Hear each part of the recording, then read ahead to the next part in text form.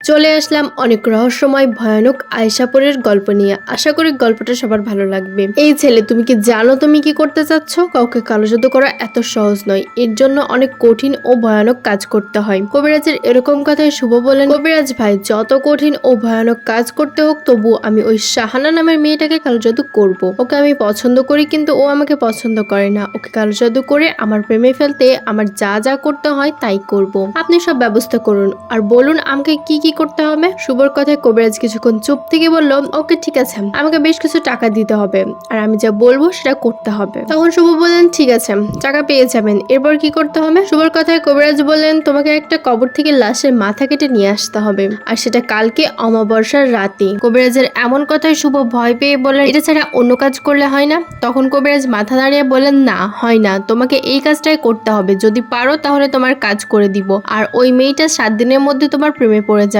কবিরাজের কথা শুভ সামনে পিছনে না ভেবে ওই মেয়ের কথা ভেবে রাজি হয়ে গেলেন। তখন কবিরাজ বললেন, ঠিক আছে, কালকে রাতে আমার কাছে এসো, আমি তোমাকে বলে দিব কখন কোথায় যেতে হবে।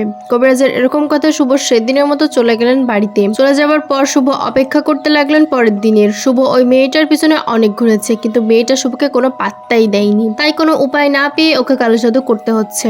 এখানে একটা কথা বলে রাখি, এই গল্পটা লেখার কারণ কিন্তু কালো জাদুর মতো জঘন্য একটা পাপ কাজ থেকে সাবধান করতে লেখা। মেয়েটাকে কালো জাদু করতে শুভর কি পরিণতি হয়েছে সেটা এই গল্পের সামনে বুঝতে পারবেন। এখন গল্প ফিরি। তো শুভ অপেক্ষা করতে করতে সেদিনটা কাটিয়ে দেন। অপেক্ষার পর চলে আসে পরের দিন। পরের দিন রাতে শুভ আবারও যায় কবিরাজের কাছে। শুভ কবিরাজের কাছে যাওয়ার পর কবিরাজ শুভকে একটা ধারালো ছুরি দিয়ে বলেন, রাত আরেকটু গভীর হলে তুমি চলে যাবে জঙ্গলের ওই পুরনো কবরস্থানে। সেখানে দুদিন আগে একটা নতুন কবর হয়েছে। এই বলে কবিরাজ শুভকে সব ঠিকানা দিয়ে দেন। সব ঠিকানা দেওয়ার পর বলেন, শোনো, আজ অমাবস্যার রাত, তুমি যেখানে যাচ্ছ সেখানে যাওয়ার সময় নানান রকম ভয়ের ঘটনা ঘটতে পারে। কখনো হাসির আওয়াজ, কখনো কান্নার আওয়াজ পেতে পারো। এসবে ভয় পেও না। তোমাকে যে ঠিকানা বললাম সেখানে গিয়ে কবর থেকে মাটি সরিয়ে সেই লাশের মাথা কেটে সোজা আমার এখানে চলে আসবা। কবিরাজের কথা শুভ সাহস করে বলেন, ঠিক আছে। এই বলে রাত গভীর হলে শুভ রওনা করেন সে জঙ্গলের দিকে, যেখানে পুরনো কবরস্থান। সেই পুরনো কবরস্থানে সাধারণত এখন কাউকে মাটি দেওয়া হয় না, কিন্তু যার লাশের মাথা কেটে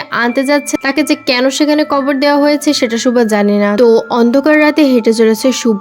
ওর তখন ভয় করছিল বেশ, শরীরে কাটা দিয়ে উঠছিল মাঝে মাঝে। এরকম ভয়ের মাঝে সাহস করে শুভ পৌঁছে গেলেন সেই কবরস্থানে। সেখানে যাবার পর শুভ নতুন হওয়া ওই কবরটা খুঁজতে থাকেন। তো শুভ খুঁজতে খুঁজতে একটা সময় পেয়ে যান সেই কবরটা পেয়ে শুভ কবরের মাটি সরাতে থাকে। শুভ কবরের মাটি সরাচ্ছে এমন সময় ও ফিল করে ওর আশেপাশে মনে হয় কেউ আছে। মাঝে মধ্যে কেমন গরম বাতাস এসে গায়ে লাগছে ওর। এরকম পরিস্থিতিতে শুভ ভয় না পেয়ে ওর কাজ করতে থাকে। এভাবে বেশ কিছুক্ষণের মধ্যে মাটি সরানো হলে শুভ কবরের ভিতরে লাশটাকে দেখতে পান। লাশটাকে দেখে শুভ বুঝতে পারেন এটা একটা বৃদ্ধা পুরুষ মানুষের লাশ। তখন শুভ আর দেরি না করে লাশের মাথাটা কেটে কবর থেকে উপরে উঠে আসেন। শুভ কবর থেকে উঠে তাড়াহুড়ো করে কবরের উপরে মাটি দিয়ে মাথাটা নিয়ে যেই না ওখান থেকে আসতে যাবে, এমন সময় ওর হাতে থাকা কাটা মাথাটা বলে ওঠে। সেই মাথাটা ভয়ঙ্কর কণ্ঠে বলে, কি রে, আমার মাথা নিয়ে কোথায় যাচ্ছিস? আমার মাথা কবরে রেখে যা। এরকম কথা শুনে শুভর বুক কেঁপে ওঠে। ঠিক তখনই শুভ দেখেন তার চারিদিকে ঘিরে ধরেছে কালো কাপড় পরা ভয়ানক কয়েকটা অবয়ব। সব থেকে ভয়ের বিষয় হলো শুভ যে মানুষের মাথা কেটে নিল, চারিদিকে ঘিরে রাখা সবাই